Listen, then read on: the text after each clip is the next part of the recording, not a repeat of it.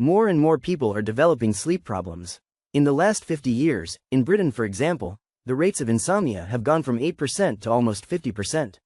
Chronic sleep deprivation is really bad for our health. It can impair our immune systems, and in the long term, increase our chances of cancer, Alzheimer's and all sorts of other diseases. Sleep is one of the most powerful and integral parts of our well-being. So if we've got a sleep problem, how do we fix it?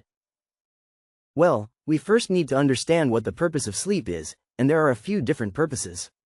The first is memory consolidation. While we sleep, our brains convert our short-term memory of everything in our day into our long-term memory that we'll remember for life. For this to happen, we need as much of a form of sleep called slow-wave sleep as possible, which happens more when we're sleeping healthily. So we need not only to sleep sufficient hours, but also within that, we need to get good quality sleep. The second purpose of sleep is to help us solve problems and creatively think. We run into all sorts of problems throughout the day, and in the nighttime, our brains are quietly thinking them through. You might have had a situation before where you've woken up in the morning and suddenly you have an idea to solve a problem you had the day before. But, as well as memory and problem solving, sleep is also important for rest and rejuvenation. It's the break time for your body, and all sorts of cellular repair mechanisms are going to be happening during our sleep. The better sleep we get, the more repaired we'll be when we wake up. And finally, there's also an interesting sleep purpose that most people don't know about, and it's to do with our dreams. Throughout the day, our nerves and sensory systems are constantly stimulated, for example by the light outside. However, in the nighttime they are deprived of that stimulation. And that's important because nerves can't stay alive for long without being stimulated, so they have to find a way to be stimulated during the night. It's thought that this is one of the reasons why we dream, as we are creating experiences in our mind, to artificially stimulate our nerves in the nighttime. And we can actually see the effects of this on a map. If we choose a location in the world that gets more sunlight hours during the day, and look at the data of sleep hours of its inhabitants, they will sleep fewer hours than if we choose a location with fewer sunlight hours. The more daylight stimulation, the less need for dreaming and sleep. So, we now know all about the purpose of sleep, but what does that mean we need in order to get good sleep? Well, three main things.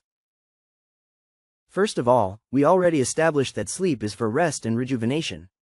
And well, if we want this, then we will need to be in what we can call rest mode. This is when your body is relaxing and ready to rest. The first thing you really need in order to be in rest mode is to be void of stress. If our bodies are stressed, they will be on high alert and won't let our guard down to rest. Throughout the day before we sleep, we can help this by having a sense of control about our day. The more control we have, the more our body's going to be able to feel at ease and relax at the end of the day. A sense of control might be being more active about our daily decisions, about what we eat or about our routine, for example. And likewise, we want a sense of control for the future too. We want to know what's happening tomorrow and that it's all taken care of. So having a plan for the following day can help a lot with feeling more at rest. But sometimes there are things that stress us out, with which we don't have a lot of control around. What can help in this situation is writing down these things, about 3 hours before you sleep. If they are out in the open, let out, our brains are less likely to be worrying about them in the back of our minds whilst we're trying to sleep. Then, as you approach your bedtime, for the 2 hours before sleep you want to keep your brain away from any trouble. That means keeping away from things like arguments, upsetting movies, strenuous tasks, bad smells, unpleasant noise, anything really that would bother and stress out your senses. For these 2 hours, you need to be feeling both positive and safe. Then, right when you go to bed, a little hack you can also use is putting an earbud into your right ear. This is because during the first phase of sleep, the left side of your brain keeps guard and will be alerted by noise.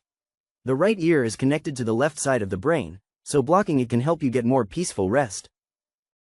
Sometimes, people can also get caught up in anxiety simply around the idea of sleep. Sleep becomes something you don't have a good relationship with, and you feel stressed in the evening hours.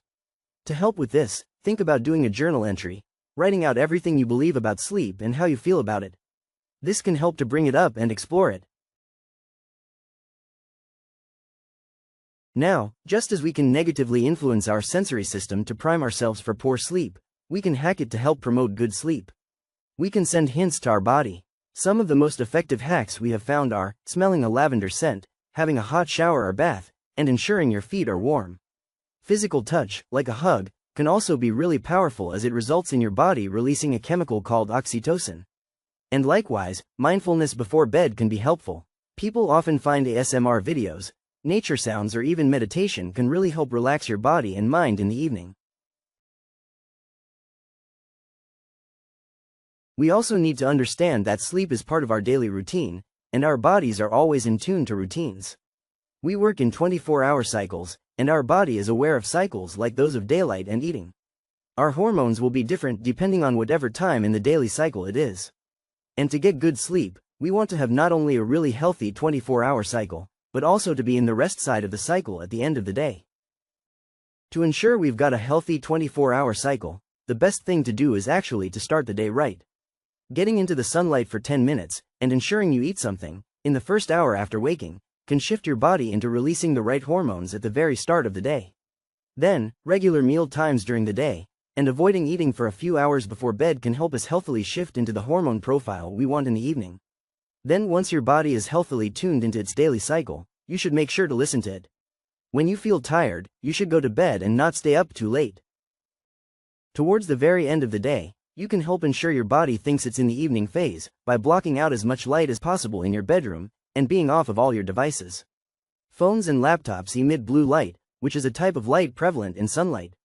If we're using them right before bed, our bodies become tricked into thinking it's daylight hours, and we often find it more difficult to sleep.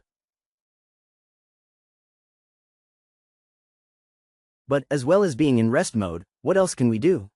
Well, we learned earlier that the purpose of sleep is also to rejuvenate. If we're wanting to rejuvenate well, we need to have enough nourishment so that the body can do it well. We need to have enough water, have been eating healthy foods, and also have had a day that was physically and mentally energizing. If we're short on those, our body is going to suffer and struggle as it rejuvenates in the night, and our sleep quality won't be as good.